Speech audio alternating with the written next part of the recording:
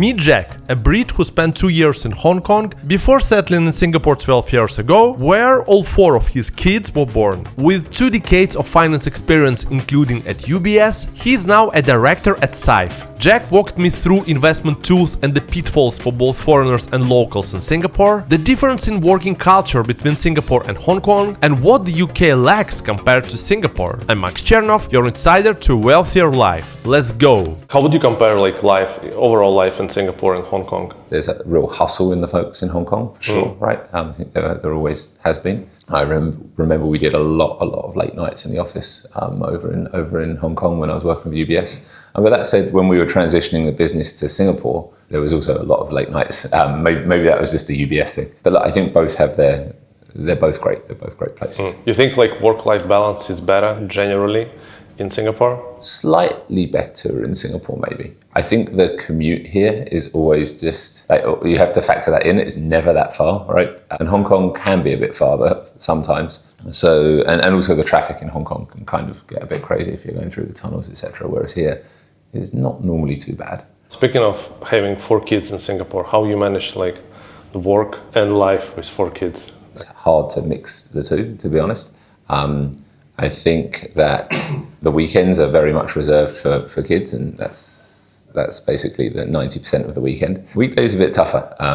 My wife ends up doing a lot with the kids in terms of mornings and evenings. I don't see them that much in the week at the moment. How's your kids reacting, especially the younger ones, to the UK when they are there? Are they quite comfortable, or what do you observe when you see your kids in the UK? They love being around family, for sure, but they're not getting to see the real UK, right? They're basically on 3 or 4 weeks of holiday, doing plenty of fun things, being spoiled by grandparents, aunts, uncles, way too much sugar every day of the week, and they think the UK is the best place on the planet.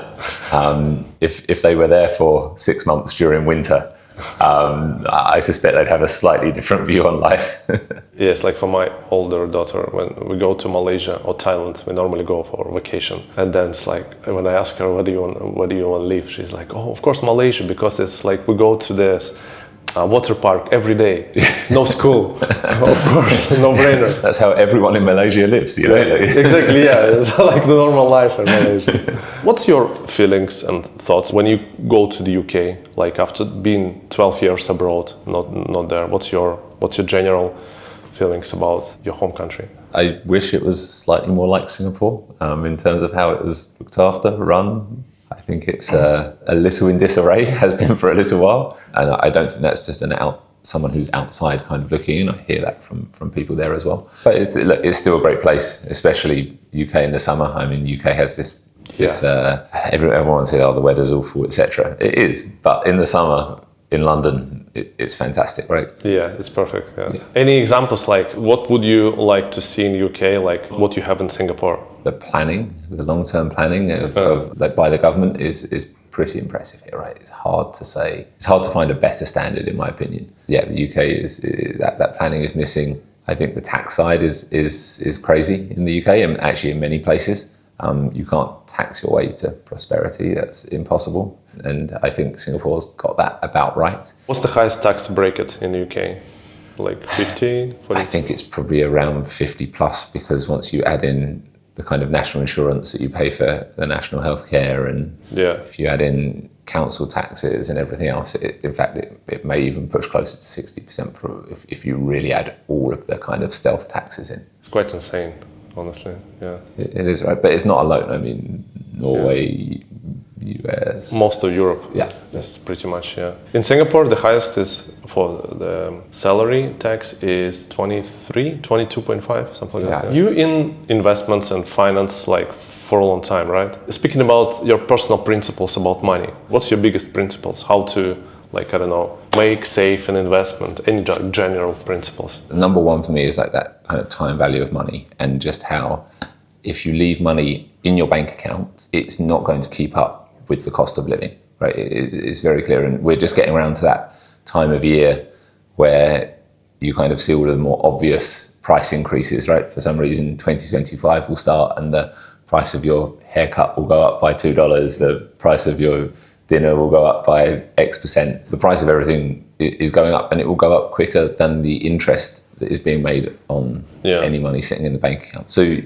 you have to invest it in some way, right? And I've been banking finance for coming up 20 years. And I wouldn't necessarily say, oh, you just need to put your money in the bank, right? Like you really need to do something with it. Otherwise, at the end of it, you've worked very hard for your money and you're going to be not as wealthy as you thought, right? So you have to be investing it in some shape or form, and you have to be probably doing a few different things when it comes to investing to make sure that you don't get burnt on one that might not work out. If we speak about the tools or like let's say the verticals of investment, like people would say the most common one is stock market, right? How would you rate this? I don't know, real estate, stock market, crypto. How should I approach it for my investment portfolio? My personal view is I do skew towards property, and I always have done. And I think it's a very good investment, and there's a number of different ways to do that. I personally have some property investment in the UK. It ties me back to the UK and also ties me back to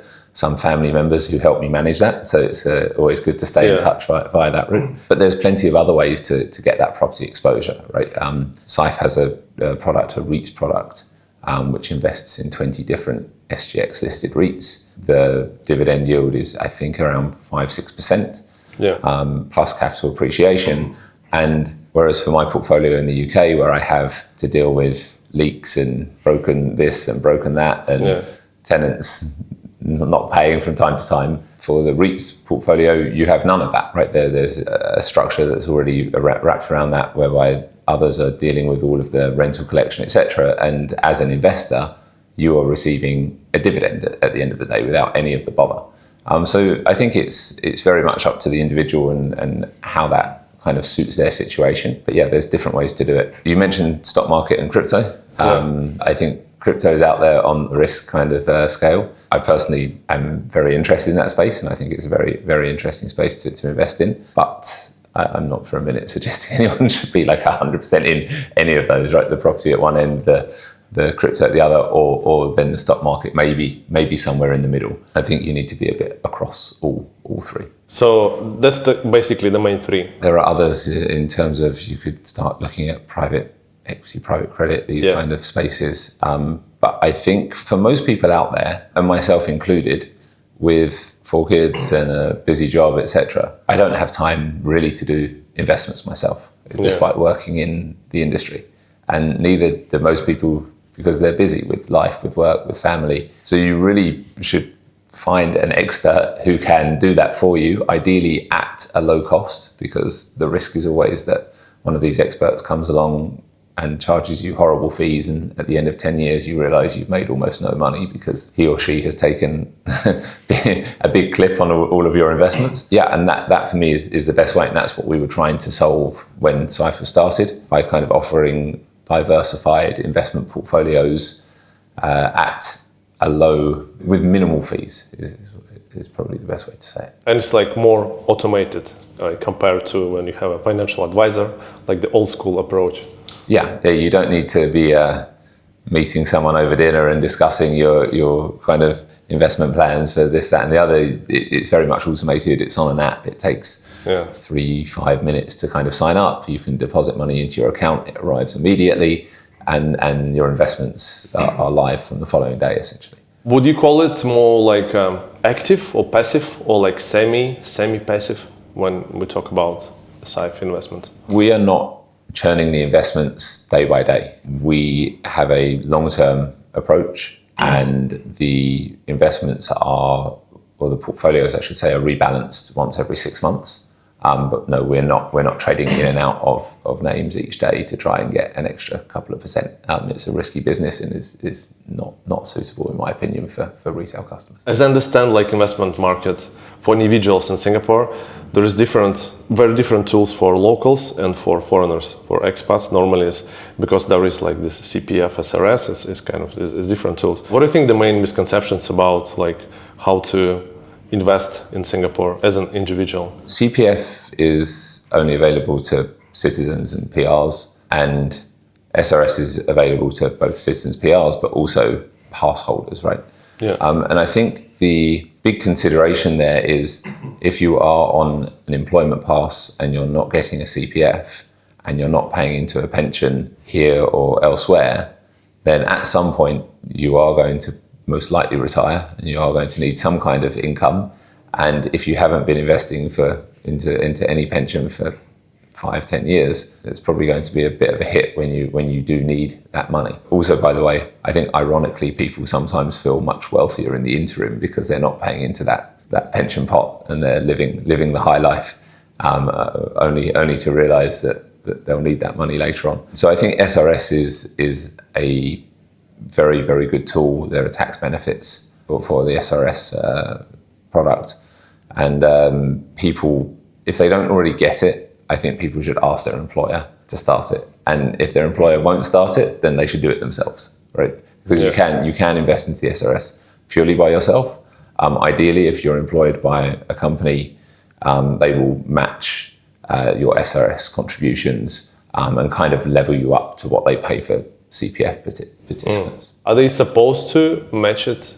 I mean, or it's... No, I don't think they're supposed to, but some of the good companies will do that. Yeah. For example, when I worked at UBS did that. So they would say, I think UBS put in maybe 45% of the annual contribution and the employee put in around 55%, something around that. And they're just really equalizing out what you'd normally get on a pension. For me, like I employ myself through my company in Singapore, through my own company. So I have SRS, but it's like kind of my personal money. So yes. I put it into SRS. What's can you explain a bit more about SRS for people maybe who don't know how it works? So basically I kind of lock money for some period of time if I do SRS. And also I have a cap as a foreigner, yeah? Yes. Yeah. Can you explain this? SRS, there is I think $35,700 cap for foreigners and a year. Per year. Yeah. And a 15,300 cap for PRs and citizens. 15,300. Okay. Yeah. So it's lower. Okay, it's lower because they have CPF. Correct. Yeah. Okay. Because otherwise, I would assume the government are kind of giving even more tax benefits away, right? Because the SRS is more tax efficient. And so, yes, as an individual, you can contribute up to either of those limits depending on your status. And then with that money, you can either leave it in your SRS bank account and earn almost zero money on it. I think the average rate is 0.05% in a bank account. You'll gradually get less wealthy, especially if you leave it there for 30, 40 years. Or you can use a platform like Syfe to invest your SRS into one of the portfolios and receive some hopefully returns that outpace the 0.05 you'd get on the bank account. So I sign up for Syfe, I connect my Syfe account to my SRS. Yes. And then when, for example, I have DBS account, so I put money on my SRS and automatically goes to Syfe. Yes. So you will put your SRS account into our platform and then we will be able to pull the money from that account into the investments that you choose. And then under my SRS, what options do I have for investments? So we have a few different portfolios. You can invest into our equity portfolio, income portfolio. Income is made up of mostly fixed income kind of products, and then a cash portfolio. The cash portfolio gives the lowest yield of the three, gives around 3.5%, and the income portfolio gives I think around 6 or 7%, and equity is projected a bit higher than that. Of course, if you're looking at the kind of longer term retirement, I guess we've each got 30 years plus to retirement.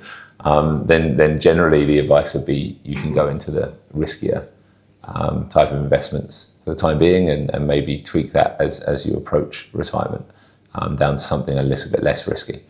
But given maybe 20, 30 years or longer, you can definitely afford to take the risk in the interim. Can I pull money back? So can I withdraw money from my... You can. but there are penalties, is it? Or... So you can withdraw money out of the investments and put it back into the DBS SRS account, but you can't do anything with that money, right? It's locked. If you then want to withdraw money from your SRS account for some kind of emergency or something else, I believe you can, and I believe there's a 5% penalty for doing so, plus you pay tax on it. So maybe if you're looking at maybe 20-25% kind of tax rate on that total amount. For your product, for Syfe, I mean, it's kind of, you don't have the human being between you and investment tools.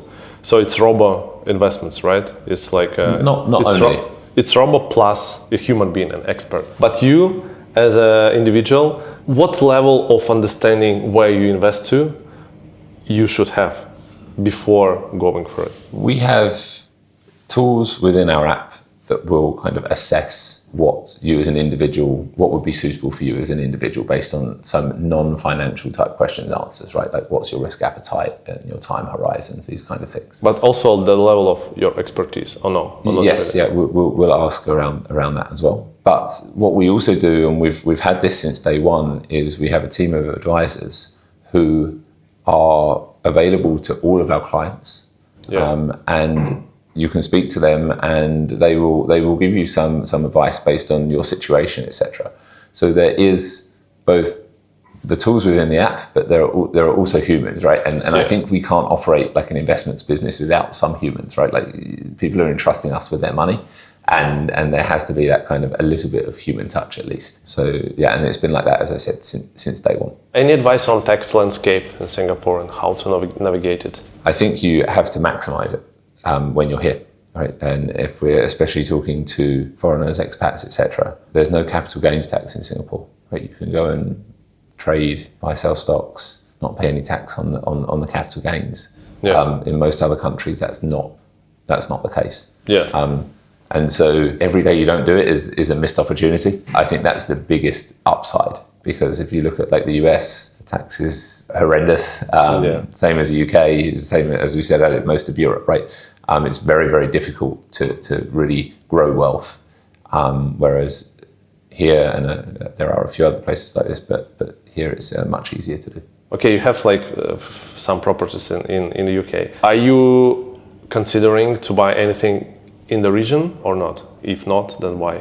No, I will stick with my strategy of the UK. I have a very specific property buying strategy in the UK, and we buy it through a limited company, and the yield is very good. And the UK has, for all of its faults, it has a very long history of stability. There are other places that look very interesting, but I would always be a bit concerned around the longest term stability, and if everything changes and all of a sudden the property you think you own, you no longer own. I feel like that's much less likely to happen in the UK. So yeah, so I stick to, I think you really need to stick to what you know. If you're investing in something you don't really fully understand, or you don't fully understand the politics or the local place, like I think it's incredibly risky, right? And even the properties I invest in the UK are all, even within an area that I know in the UK. I wouldn't just go far up north in the UK because I don't know the area, I don't know how it works. So you're really focusing on the area you know, like yes. you really know. And then to buy, like let's say a new unit, would you go there and see, like physically? You fly there? No, it's a good question. The very first one I bought, I actually just saw online, and I just decided that day that was the right one and I was going to buy it. And I didn't really know what I was letting myself in for, but I just had the right feeling. It felt like absolutely the right price. So I called up and made the offer. They said, no, it's sold. And then I said, all right, well, call me back if the buyer fails to sort of go through. And then a couple of months later, they called me and said, do you still want it? And I said, yes, done. And so I bought it before even seeing it. And then I did fly back after buying it. And it was in the worst state you've ever seen a property. It was horrendous. It was really bad. But I spent a long weekend cleaning it up, doing most of the stuff myself, then flew back here and it rented out almost immediately. What's your main life principles, maybe one or two, like super important principles that you obtained through the years? Life is short. You only live once. So you have to go after it, right? I always find young kids and elderly very interesting, because young kids, they don't care, right? They don't care less. They say what they think, very open. And when you get elderly, it looks like the same thing happens, right? Your filter is dropped, or is worn out, maybe. That middle section of everyone else is everyone trying to posture and show how good they are, etc. But I think when I look at the young kids and then the elderly, something from the elderly is very interesting. There's been various kind of interviews and studies done on the on groups of maybe, let's say, over 70s or over 80s, and they always ask something around along the lines of like regrets in life and this kind of stuff. And always the regrets are not taking action, and the things people don't regret is taking action and doing something.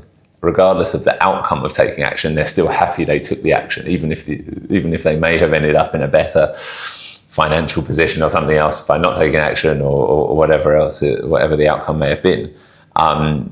So I think like we should all try to learn from those folks a bit. So yeah, I think life is short and you need to take action. The other thing is I have my homepage on my computer is a countdown of how many days I have left on the planet. Oh, really? Yeah, so it's always reminding me whenever I flick on, I've got about 40 something years at the moment. Don't waste another hour. Yeah, it's a good filter like for decision making process. Any like achievements or like some things that you really want to do within the next like 40 years? One thing that would probably be nice is more free time to read and to just do some simple things. Read and cook. Those would be two things. That's my thing as well. Yeah. I want more time for reading. Yeah, because I used to read quite a lot when I was younger, but not anymore. I hardly read now. But that would be so cool to dedicate time for like reading. Yeah. I have so many books on my list. Well, my bookshelf at home is probably full of maybe 50% of the books I've actually read, and 50% of the ones I've bought ready to read. Yes. And that side is filling up faster, than the read books. Thanks for watching, guys, and a big thanks to Syfe for supporting this video. For more details on investing and retirement opportunities, check out the link in the description below, and see you in the next video.